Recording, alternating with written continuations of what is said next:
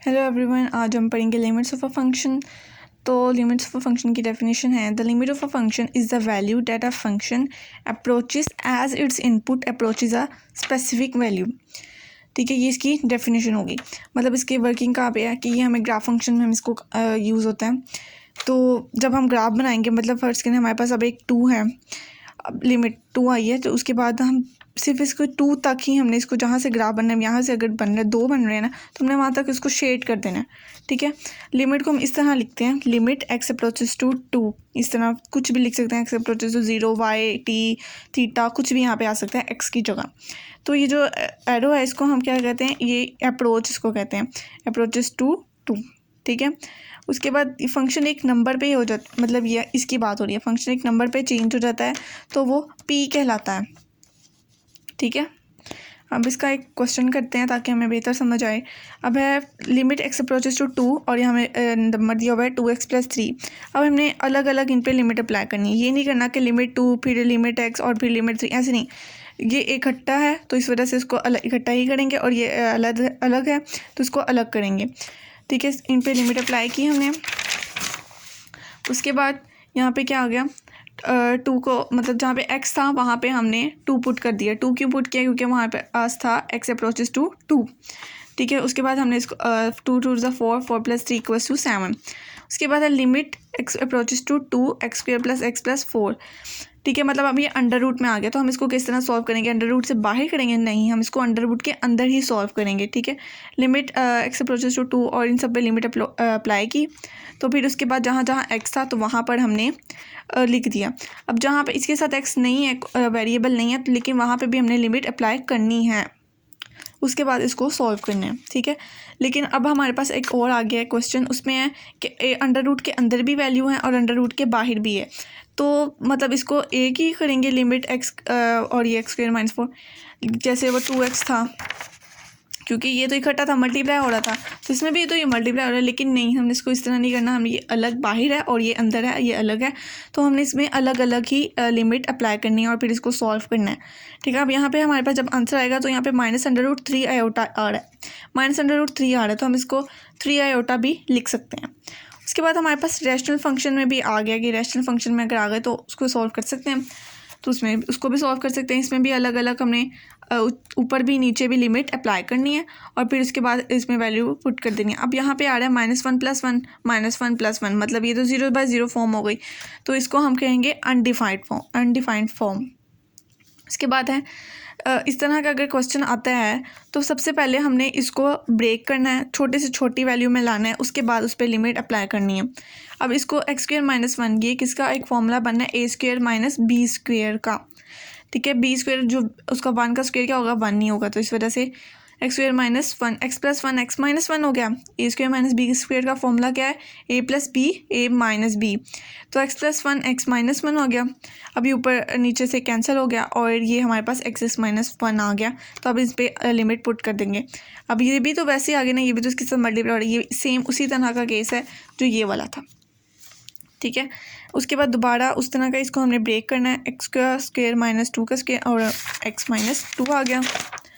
ठीक है, उसके बाद लिमिट और मतलब x + 2 x - 2 ये दोनों कैंसिल हो जाएंगे आपस में और फिर इसके ऊपर लिमिट अप्लाई कर देंगे। उसके बाद आ गए रैशनलाइजिंग वाले क्वेश्चंस। अब हमारे पास अगर इस तरह का क्वेश्चन आया है, लाइक √x - √2 x - 2, तो उसको किस तरह सॉल्व करेंगे, इसको तो ब्रेक भी नहीं कर सकते, तो हम इसको रैशनलाइज करेंगे तब। ठीक है, तो अब रैशनलाइजिंग कैसे करते हैं, मतलब ये जो ऊपर वाला जो न्यूमरेटर है उसको ही हमने मल्टीप्लाई करना है और डिवाइड करना है, लेकिन साइन चेंज हो जाएगा, जो बीच वाला साइन है वो चेंज हो जाएगा। ठीक है, तो हम इसका रैशनलाइज करेंगे तो ये बन जाएगा a² - b² का फॉर्मूला। उसका होता है ना a + b और a - b, तो ये वही वाला बन गया, तो a² - b²। अब ये बन गया x - 2, ये जब इसे कैंसिल होगा तो ये x - 2 बन जाएगा, x - 2 x - 2 से कैंसिल हो गया, तो और ये बच गया, तो इस सिर्फ हमारे पास क्या आ गया, 1/√x + √2। तो हम इस पर लिमिट अप्लाई करते हैं, मतलब लिमिट हमने यहाँ पे भी सब पे लिखना है। ठीक है, अब जहाँ पे x है वहाँ पे आ जाएगा 2, क्योंकि यहाँ पे हमारे पास जो है लिमिट है वो 2 है, तो हमारे पास आंसर आ जाएगा 1/√2। अब वहाँ पे हमारे पास वैल्यूज़ थी 2 वगैरह। अब यहाँ पे हमारे पास h आ गया, तो h में हमने किस तरह करना है, इसको में भी रैशनलाइज हमने कर दिया इस यहाँ तक, और उसके बाद हमने क्या करना है, वही सेम चीज़ करनी है, इसके अंडर रूट के अंदर हमने लिमिट अप्लाई करनी है, ठीक है।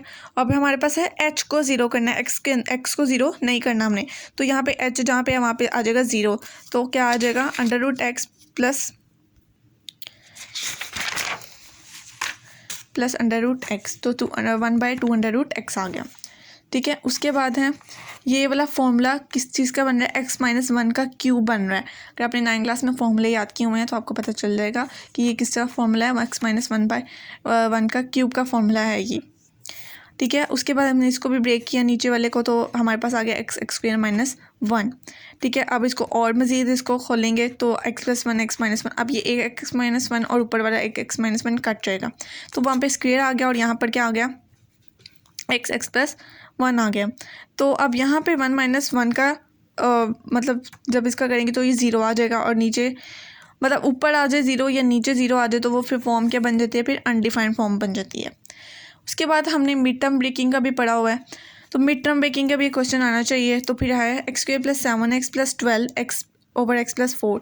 तो मिड टर्म ब्रेकिंग में अब ये जो 7x है इसमें कैसा जो ऐड भी हो और मल्टीप्लाई भी हो रहा हो, तो 4 + 3 7 होता है और 4 × 3 क्या होगा 12 होगा, तो हमें फ़ौरन पता चल जाएगा और हम यहाँ पे इसको कर देंगे। और फिर इसके बाद हमारे पास जब हम इसके मिड टर्म ब्रेकिंग करेंगे तो x + 3 x + 4 और हमारे पास ये कैंसिल हो जाएंगे और x + 3 आ जाएगा, इसमें लिमिट अप्लाई की तो -1 आ जाएगा। तो हमारे पास वेरिएबल जैसे कि मैंने पहले बताया कि x नहीं और भी हो सकते हैं, y भी हो सकता है, t भी हो सकता है, कुछ भी हो सकता है। तो यहाँ पे हमारे पास वेरिएबल आ गया t² - 1, तो हमने इस पे भी लिमिट अप्लाई की।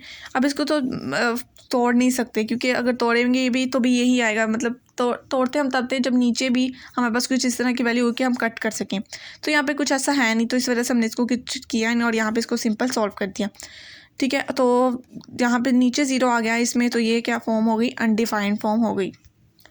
उसके बाद है कि पहले हमने पढ़ी है ए की लिमिट, अब हम इसमें 2 लिमिट अप्लाई कर सकते हैं, 2 लिमिट वाले क्वेश्चंस भी आ गए हैं। अब इसको x-y में दोनों में कॉमन आ रहे, तो हमने x-y को ले लिया। उसके बाद है x² + 1, ठीक है, ओवर xy, तो x² + 1 नीचे ये कट हो गया ना, तो ये जो आ गया है x² + 1। अब यहाँ पे हमने लिमिट अप्लाई करनी है, अब यहाँ पे तो y है नहीं, तो उसकी y की लिमिट क्या करें, तो कोई मसला नहीं, हमारे पास जो है उसके ऊपर ही बस उसको अप्लाई कर देंगे, ठीक है।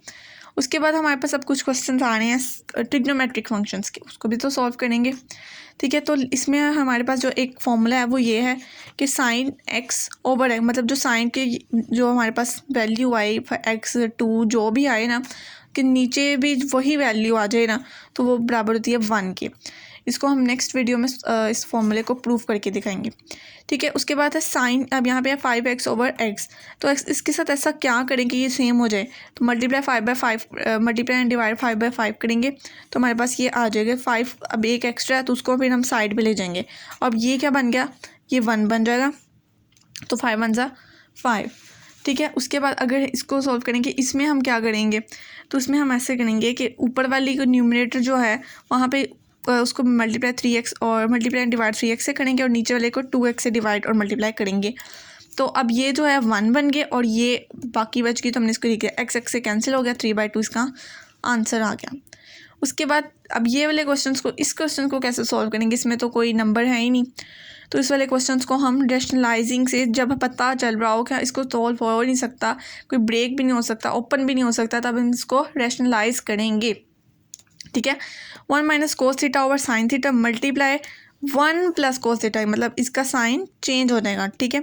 अब ये क्या 1 - cos² थीटा, 1 - cos² थीटा ये भी एक फॉर्मूला है कि वो बराबर होता है sin² थीटा के, ठीक है। अब नीचे क्या है साइन थीटा 1+, अब sin² थीटा है ना, तो ये नीचे एक कैंसिल हो गया, तो ऊपर बच गया sin थीटा 1 + cos थीटा। अब साइन थीटा और 1 + cos थीटा, इस पर लिमिट अप्लाई कर देंगे, तो यहाँ पे क्या आ जाएगा sin 0 0 होगा और 1 + cos 0 1 हो गया, मतलब ये जब हम इसको कैलकुलेटर पे सॉल्व करेंगे तो हमारे पास आंसर आ जाएगा 1, ठीक है। उसके बाद है 1 - cos 2x ओवर x², अब इस पर रैशनलाइजिंग नहीं करनी, अब इस पर भी एक 1 - cos 2x हमें पता है कि एक फॉर्मूला होता है इसका 2 sin² x के ये बराबर होता है, तो हम यहाँ पे सिंपल इसको 2 sin² x के लिख देंगे, ठीक है, और नीचे लिख देंगे x²। अब ये 2 को अगर हम साइड पे ले जाएं तो ये हमारे पास पूरा वो आ रहा है, मतलब फॉर्मूला बन रहा है sin x over x equals to 1। तो हम ये स्क्वायर ऊपर लगा देंगे और ये हमारे पास 1 बन जाएगा। 2 1 का 2 ही आ गया, ठीक है। उसके बाद है x और यहाँ पर इसके ऊपर डिग्री आ गई है। तो इसको किस तरह सॉल्व करेंगे, हमें पता है कि ये जो 1 होता है 1 डिग्री वो किसके बराबर होता है π/180 के, ठीक है। और x जो है इसके ऊपर अगर डिग्री आ जाए तो फिर वो किसके बराबर होगा, वो πx/180 के बराबर होगा, ठीक है। अब हम इस पर लिमिट अप्लाई करते हैं। पहले साइन πx 1/80 और नीचे आ गया x, ठीक है। अब ये जो है ना पाई 1/80 ओवर x, ठीक है, इसके उसको हम करेंगे, मतलब हम इसको सॉल्व करेंगे। अब ये तो इसके बराबर हो नहीं सकता, तो हम इसको ही मल्टीप्लाई π/180 और इस तरह कर सकते हैं। तो मल्टीप्लाई एंड डिवाइड बाय π/180 किया हमने, तो ये वाला जो π/180 है ये साइड पे आ जाएगा और जो नीचे वाला π/180 है वो इसके पास आ जाएगा। अब ये सेम हो सकते हैं ना, अब ये दो जो सेम हो गए हैं, अब ये 1 आ गया और ये हमारे पास आंसर क्या आ गया, π/180, ठीक है। उसके बाद अब ये क्वेश्चन है x ओवर टेंजेंट x। अब यहाँ पे टेंजेंट x को हम साइन x ओवर कोज x कर सकते हैं। अब ये जो कोज x है वो ऊपर चला जाएगा, x कोज x आ जाएगा, ठीक है। अब ये जो x है हम इसको नीचे भी तो ला सकते हैं। अब साइन x, अब वो जब नीचे लाएंगे तो वो ज़्यादा ही नीचे चला जाएगा, गिर जाएगा वो बिल्कुल ही, साइन x ओवर x, ठीक है। तो अब ये जो अगर हम इन दोनों पे अलग अलग लिमिट अप्लाई करें तो ये लिमिट कोज x अलग है और ये अलग है, तो ये नीचे वाला क्या बन जाएगा 1, और लिमिट कोज x पे करेंगे तो वो भी हमारे पास आ जाएगा 1, ठीक है। उसके बाद आखिरी क्वेश्चन है ये, limit x approaches to 0 secant x minus cos x over x। अब इसको सीकेंड x को हमें पता है कि 1/कोस x होता है, तो हम इसका एलसीएम लेंगे, 1 minus cos square x over cos x आ गया, नीचे भी क्या आ गया x। अब ये जो कोस x है इधर जाके मल्टीप्लाई होगा तो क्या आ जाएगा x कोस x।